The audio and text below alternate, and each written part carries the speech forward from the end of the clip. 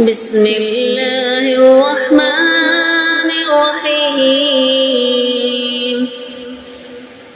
يسبح لله ما في السماوات وما في الأرض الملك القدوس العزيز الحكيم هو الذي بعث في أمين رسولا منهم يتلو عليهم آياته ويزكيهم ويعلمهم الكتاب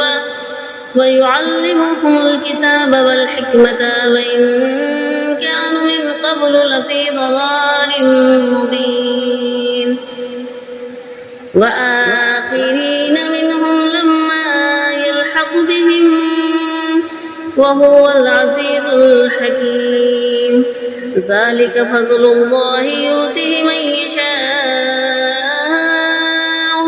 والله ذو الفضل العظيم مثل الذين حملوا التوراة ثم لم يحملوها كمثل الحمار يحمل أسفارا بئس مثل القوم الذين كذبوا بآيات الله والله لا يهدي القوم الظالمين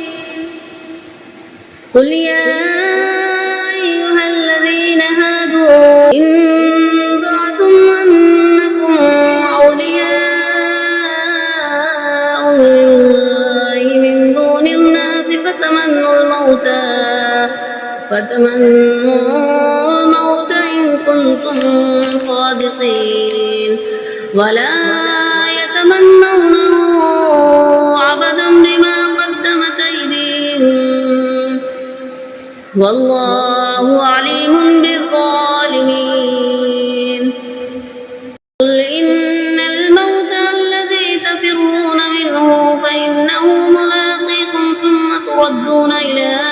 عالم الغيب والشهادة فينبئكم بما كنتم تعملون يا أيها الذين آمنوا إذا نودي للصلاة من يوم الجمعة فاسعوا إلى ذكر الله وذروا البيع ذلكم خير لكم إن كنتم تعلمون فإذا قضيت الصلاة فانتشروا في الأرض وابتغوا من فضل الله واذكروا الله كثيرا لعلكم تفلحون وإذا رأى تجارة فانفضوا إليها وتراكوك قائما قل ما عند الله خير من اللهو ومن التجارة والله خير الرازقين